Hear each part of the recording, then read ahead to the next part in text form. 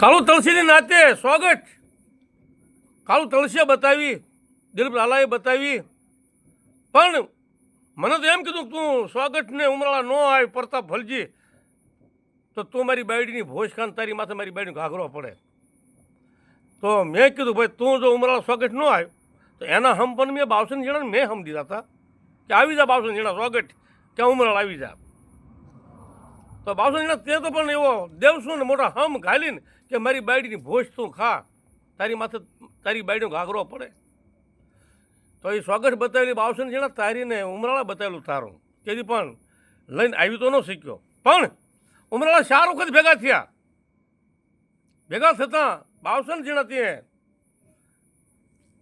4થી વખત ભેગા થતા, 3જી વખત ભેગા થતા એમ કીધું કે 10 દિવસની મને મુદત આપો અને તું તારો છોકરો બહુ બાજ્યા ખબર ને કે મને મુદત લેવા દે અને કાળુ તળસીને હું 10 દિવસે લાવી દઈશ. તારો છોકરો ના પાડતો ને ત્યાંથી 30 દિવસે મુદત 10 દિવસની લીધી બાવસન જણા યાદ કર. તો 10 દિવસની મુદત લેતા કે 10મા દિવસે કાળુ તળસીને ના લાવી શકું હું બાવસન જણા તો મારા હાથથી હું ડબ્બો દઈ દઈશ. તો બાવસન જણા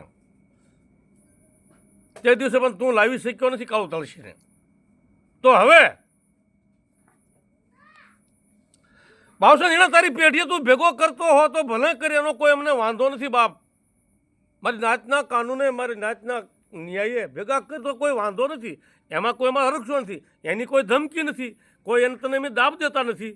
કર ભેગા અને કરતોય પણ કાનૂને ન્યાયે વ્યવહારે જે કરતે કરજે. કારણ કે હવે ફક્ત ત્યાં 10 દિવસે ડબ્બો દેવાનો માથે લીધું તું નહીં આવતું 10 દિવસે ડબ્બો દઈશ. તો મારી નાતે તો દયા આવીને મારી નાતે કીધું કાળુ તળસી નાતના જવાબ દેવા નાતમાં ન આવે ત્યાં સુધી વ્યવહાર બંધ. પણ બાવસન જણા ત્યાં તો 10મા દિવસનો ઓર્ડર આપ્યો તો 10 દિવસે નહીં આવે કાળુ તળસી તો હું પોતે બાવસન જણા 10 દિવસનો ડબ્બો દઈ દઈશ. તો હવે તારી પેઢીએ તું જો ભેગો કરતો, તારી પાસે ન્યાય હોય, 4 ધામના રખાનો જો તને કોઈ ડર હોય અને ડર રાખજે. 4 ધામના રખાતો અત્યારે હવને તો જે કર્મ કરે એને ભોગવવું પડે છે બાવસનભાઈ. અને આપણે જોવો છો ને જાણો છો, ખબર છે કે 4 ધામના રખાને મરણ કરે એને ભોગવવું પડે છે, વેઠવું પડે છે. ન હોય એવા વાવાઝોડા હોય એવું આવરણ આવે છે. વિચાર કરો તો કે 10 દિવસે હું ડબ્બો દઈ દઈશ, એ કાયદામાં હજી બાવસન જણા તું પડેલો છો. હવે હાલી સાલી અને જો તારી પેઢી તું ભેગો કરતો બાવસન જણા તો એક જ કાનૂન તારી પેઢીએ તારે બોલવા લાયક એક જ કાનૂન તારી પાસે વધેલો છે. બીજું કોઈ બોલવા જેવું કોઈ કાયદો કોઈ કાનૂન તારી માટે રહેલો નથી. કયો કાનૂન બાકી છે કે હવે 10 દિવસે હું નહીં આવ ડબ્બો દઈશ તો તારી પેઢીએ ભેગા કરી અને હવે તું તારી પાસે ન્યાય હોય, તારી પાસે ધર્મ હોય, 4 ધામના રખાને તું માનતો અને 4 ધામના રખાનો ડર હોય તો તારે હવે તું બોલો 10 દિવસે ડબ્બો દઈશ.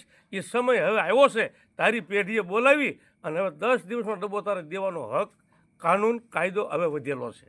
મારી નાત બીજો બાવસન જણા પાસે કોઈ કાનૂન બસેલો નથી, કોઈ કાયદો છે નહીં. બીજો કાયદો પણ કાંઈ બાવસન જણા પાસે રહેતો નથી. એની પેઢીએ પણ બીજો કાનૂન કંઈક ઘડવા જેવો પણ છે નહીં. તો હા, જો તારી પાસે ન્યાય હોય 10 દિવસે ડબ્બો દઈ દઈશ, એ કાનૂન તારી પેઢી ભેગતો કરતો હોય તો ભેગો કરતો હોય. હવે તું ડબ્બો દે તો તારી પાસે ન્યાય, તો તારી પાસે કાનૂન, તો તું ઠીક, તો તારી પાસે બાવસન જણા ડાય. પણ નકર વલખા મારીમાં બાવસન જણા એક વખત હારિયારીને ઉમરાળા તે કાળુ તળસી ભેગો વ્યવહાર કર્યો, બંધ કર્યો, પાછો કાળુ તળસી ભેગો વ્યવહાર ચાલુ કર્યા પછી તે મોદળિયામાં સુરત દુલાને ત્યાં 1000 જણ બંધાણો. પાછો તારી પેઢીએ ભેગા કરવાના શાળા કરો છો. બાવસન જણા તારો ન્યાય છે? હા, તારો ન્યાય એક ફક્ત કે જે તું બોલ્યો તો 10 દિવસે હું ડબ્બો દઈશ, નહીં આવે તો હવે તારી પેઢી આવે છે, તારી પાસે એક કાનૂન છે, હવે તું ડબ્બો દે તો તારી પાસે ન્યાય, તો તારી પાસે ડાય, પણ તો તારી પાસે ધર્મ, તો હાસું. તો ઘોઘાબારાની માલિપા રૂપિયા મૂકવાનું કારણ હર વખતે તારી તલસડીની પ્રજાની ધમકી, હર વખતે ખૂન કરવાની, માણા મારી નાખવાની, પેઢીવાળાને, મારી નાતને અને ગોત્રિયાઓને, કેશું નાનુંને, અમને, હવને હર વખતે પેઢી ધમકીના માણા મારી નાખવાના, ખૂન કરી નાખવાના, હર ધમકીએ વખો નથી પડ્યો, ન્યાય નથી થયો હજી.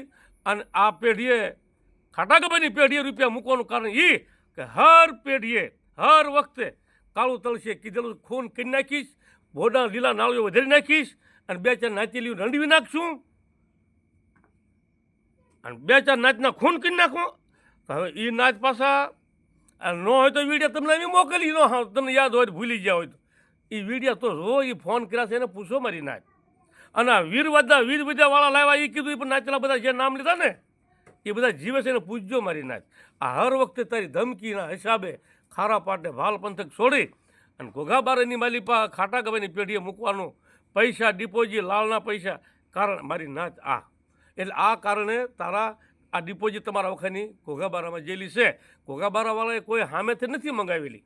તારી ધમકીના ખાતર, તારી નાગાઈના ખાતર, તારા પાવરના ખાતર, તારા બળના ખાતર કાળું તળસી આ ઘોઘાબારાની ખાટાગબાની પેઢીએ ડિપોઝિટ જેલી છે.